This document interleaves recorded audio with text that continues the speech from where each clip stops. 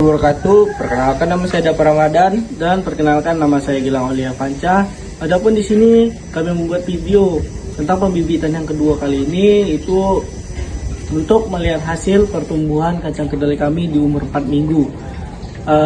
Yang sudah dijelaskan dengan video yang pertama. Di sini kami menggunakan 3 perlakuan. Yang perlakuan pertamanya yaitu menanam kacang kedelai dengan cara merendam benih kacang kedelai terlebih dahulu ke dalam cairan trichoderma sebelum ditanam di dalam media tanah biasa. Yang kedua, menanam benih kacang kedelai di tanah kompos. Dan untuk perlakuan ketiganya yaitu perlakuan kombinasi. Adapun perlakuan kombinasi kali ini yaitu dengan cara merendam benih kacang kedelai di dalam larutan trichoderma sebelum ditanam dan menggunakan media tanah kompos 50% dan tanah biasa 50%. Dari video atau foto yang sudah ditampilkan tadi terlihat bahwasanya dari ketiga perlakuan yang sudah kami lakukan, untuk pertumbuhan kacang kedelai yang paling bagus itu terlihat pada perlakuan yang kombinasi atau perlakuan ketiga. Untuk pertumbuhan yang sedang itu terlihat pada perlakuan yang media kompos, dan untuk yang perlakuan kurang bagus atau pertumbuhannya kurang itu terlihat pada perlakuan yang pertama atau perlakuan yang trichoderma. Kenapa 3 perlakuan itu terjadi? Untuk mengetahuinya, yuk kita simak penjelasannya.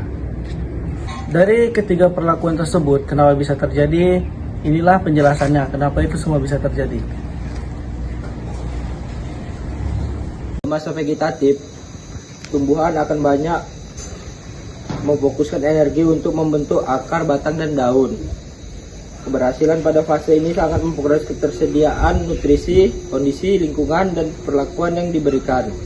Berikut adalah analisis berdasarkan perlakuan dalam penelitian kami.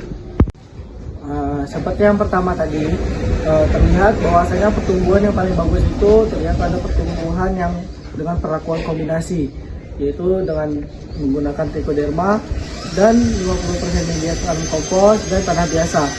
Kenapa itu bisa terjadi? Alasannya yaitu kombinasi mendukung pertumbuhan akar dan yang optimal. Yang pertama yaitu trichoderma. Trichoderma itu menghasilkan enzim dan hormon pertumbuhan seperti asam indol asesat yang merangsang perkembangan akar lebih cepat dan berkecambahnya lebih cepat. Selanjutnya yaitu kompos. Kompos menyediakan nutrisi makro atau NPK dan mikro atau Fe, Mg atau Zn yang membutuhkan untuk pertumbuhan daun dan batang. Yang selanjutnya yaitu akar. Akar yang sehat dan bercabang banyak mampu menyerap nutrisi lebih efisien, sehingga tanaman memiliki energi lebih untuk pertumbuhan vegetatif. Selanjutnya yaitu dukungan lingkungan yang ideal. Trichoderma lebih aktif di media kaya bahan organik seperti kompos. Mikroba ini juga membantu melindungi akar dari patogen selama fase sensitif ini, sehingga akar dapat tumbuh tanpa gangguan. Selanjutnya yaitu efek sinergis terhadap daun dan batang. Ketersediaan nutrisi dari kompos mendukung fotosintesis yang optimal. menghasilkan energi untuk pertumbuhan batang dan daun. Daun yang banyak dan sehat meningkatkan kapasitas fotosintesis, mempercepat pertumbuhan lebih lanjut. Media kompos, pertumbuhan vegetatif sedang. Alasannya, nutrisi langsung dari kompos cukup membantu. Selanjutnya, kompos mengandung nitrogen N yang sangat penting untuk pembentukan daun dan batang selama fase vegetatif. Selanjutnya, fosfor. Dari kompos membantu pengembangan sistem akar meskipun tidak secepat kombinasi dan trichoderma. Keterbatasannya tidak ada perlindungan biologis. Tanaman pada media kompos lebih bergantung pada kondisi lingkungan untuk perlindungan dari patogen. Patogen menyerang atau ada stres lingkungan seperti kekurangan air, pertumbuhan bisa terhambat. Selanjutnya, tidak ada hormon tambahan seperti IAA yang dihasilkan oleh trichoderma untuk mendorong perkembangan akar yang lebih pesat. Yang selanjutnya yaitu trichoderma dengan media tanah biasa yang pertumbuhannya kurang bagus. Alasannya nutrisi tanah biasa terbatas. Tanah biasa seringkali miskin nutrisi dibandingkan yang kompos. Pada masa vegetatif, tanaman membutuhkan banyak nitrogen untuk membentuk daun. Tetapi tanah biasa mungkin tidak mencukupi.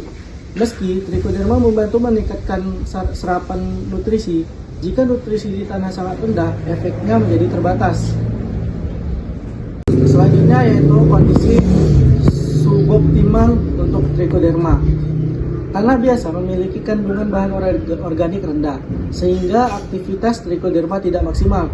Tanpa bahan organik sebagai sumber energi, trichoderma mungkin kurang efektif dalam mendukung pertumbuhan akar.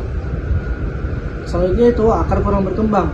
Meskipun trichoderma menghasilkan hormon pertumbuhan tanpa dukungan nutrisi memadai, tanaman tidak dapat memanfaatkan manfaat ini secara optimal. Akar yang kurang berkembang membuat penyerapan air dan nutrisi terbatas sehingga daun dan batang tidak tumbuh secara maksimal. Kesimpulan dari 3 perlakuan tersebut yaitu yang pertama, kombinasi trichoderma dan tanah kompos memberikan hasil terbaik karena mendukung perkembangan akar yang cepat, perlindungan dari patogen dan nutrisi yang melimpah untuk pertumbuhan daun dan batang. Yang kedua, kompos saja cukup baik karena menyediakan nutrisi penting bagi fase vegetatif meskipun tanpa perlindungan biologis tambahan. Yang ketiga, trichoderma dengan tanah biasa kurang berhasil karena nutrisi tanah yang terbatas dan kondisi kurang mendukung aktivitas trichoderma sehingga tanaman tidak berkembang optimal pada fase vegetatif. Sekian video penjelasan serta hasil mini riset dari kami. Lebih dan kurangnya harap dimaklumi. Sekian. Assalamualaikum warahmatullahi wabarakatuh.